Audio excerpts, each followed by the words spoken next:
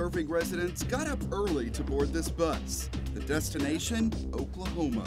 The topic, water. Well, I'm looking forward to learning more about the water and the issues that we have on water. They will see what past leaders put in place. But I'm just coming to support the whole program. And what Irving plans for future water needs. They've been very visionary. I've tried to do everything to help educate the citizens of Irving. Irving City Councilman Dennis Webb has sponsored several of these tours. We need to get advocates. We need to get people understanding the importance of ensuring that we don't have to depend on Dallas or other cities for our water. It is a long bus ride. We head north into Oklahoma for a look at something Irving already owns. This is Lake Hugo. The city owns 25,000 acre-feet of water here. Converting that to gallons, it's easy to see that it is a lot of water. State Representative Linda Harper Brown snapped some pictures. I saw you taking some pictures. You want to remember this, right? I do, and I want to be sure that I can show other people what Irving's doing. Irving is looking for additional water because usage is increasing with the population. In about 50 years, Irving is projected to need an additional 35 million gallons every day, even with conservation measures in place.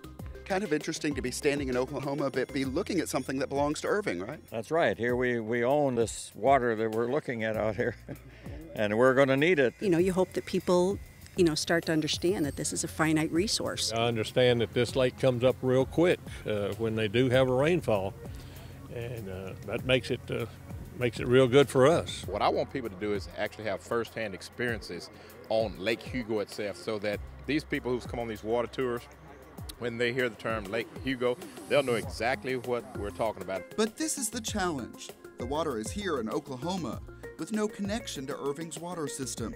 Getting it to Irving will take a huge development of infrastructure and likely some help from the state. Of course, water is going to be an important subject for us next session. I think it's going to be one of the major issues that we deal with. And I think that we're going to have to look at a way to put some money into a fund that will help spur that development of the reservoirs and the pipelines.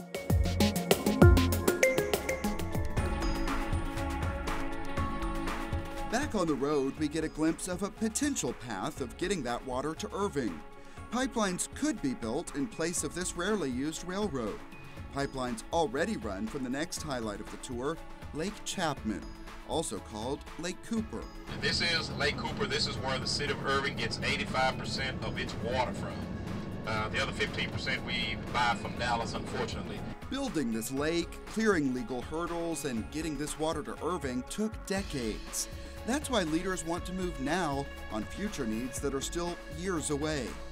This takes so long for it to come to fruition, and you just can't go out there and buy a lake or go out and buy a system someplace. See the Irving logo right here on the post?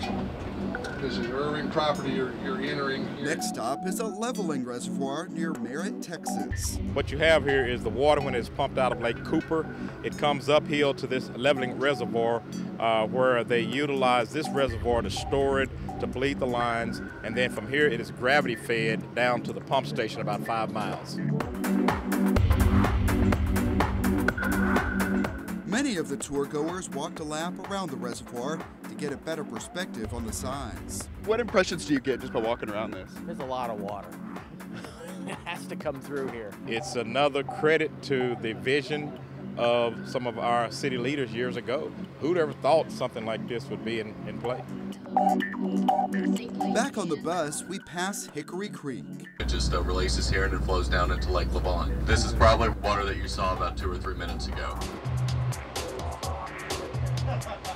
We follow the path of the water to the Chapman pump station. So everyone, this is the Lake Chapman booster pump station.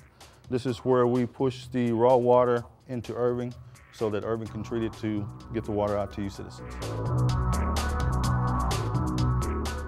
Would you guys like to go out and see the pumps? Yes. All right.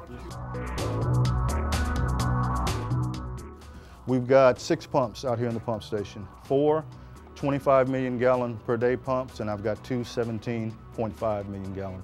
After visiting that pump station, it is time to start heading back to Irving. On the bus, leaders share their ideas on how to get more water to the city. It's not an inexpensive project. So what we're talking about for the next legislative session is the possibility of taking some of the rainy day fund and using it as a catalyst for some sort of water infrastructure bank. The final thing to see is as close as Dallas's Elm Fork water treatment plant, which is under contract with Irving. This is where they treat millions and millions of gallons of water. Raw water comes in here from Lake Louisville principally. From here, the water heads to Irving, which is where we're heading to, after a long day of travel.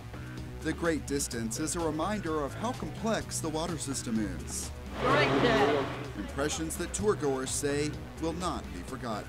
It was a wonderful day. I never knew where all of our water supply came from and what visionaries we had in our city government. This was an incredible opportunity for anyone that can go on this trip to see exactly how visionary Irving is, but to also see the things that we can do and still need to do for water for the state of Texas. But it gave me a lot of ideas and a lot of things that I can take back to the state and to help us complete this pipeline and to ensure that we have water for the future.